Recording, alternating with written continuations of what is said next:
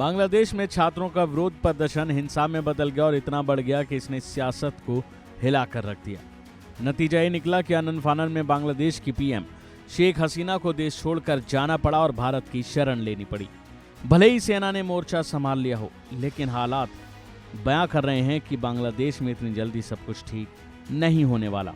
अब इसका खतरा भारत पर भी मंडरा रहा है।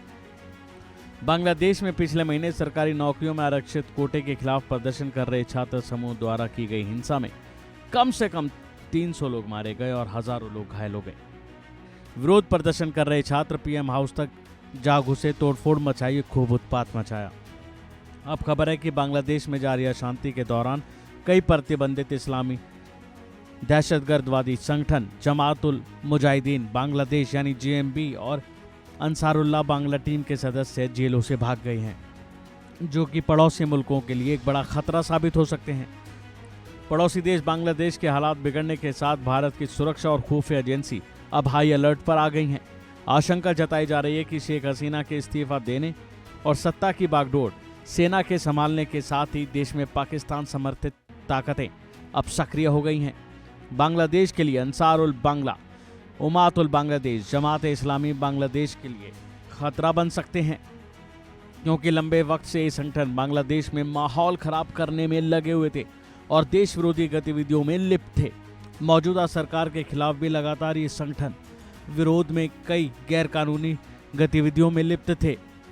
शेख हसीना की सरकार लगातार इन पर नकेल कसने की कोशिश करती रही, पर बदलते हालात में इनके सक्रिय होने की आशंका काफी बढ़ गई है।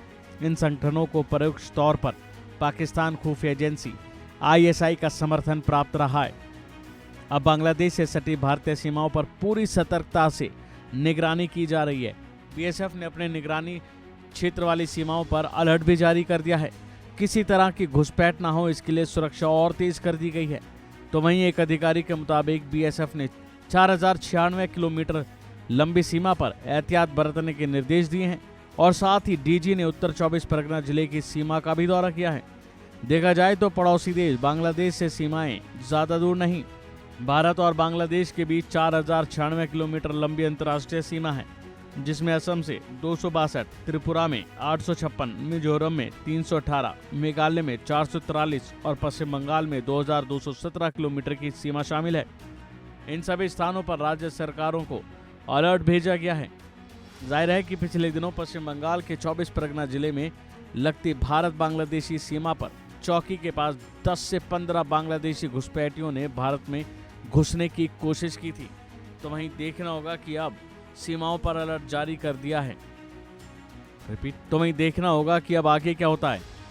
फिलहाल एहतियात के तौर पर सीमाओं पर अलर्ट जारी कर दिया गया है। अभी के लिए फिलहाल इतना ही। खबरों में बने रहने के लिए देखते रहिए वन इंडिया हिंदी।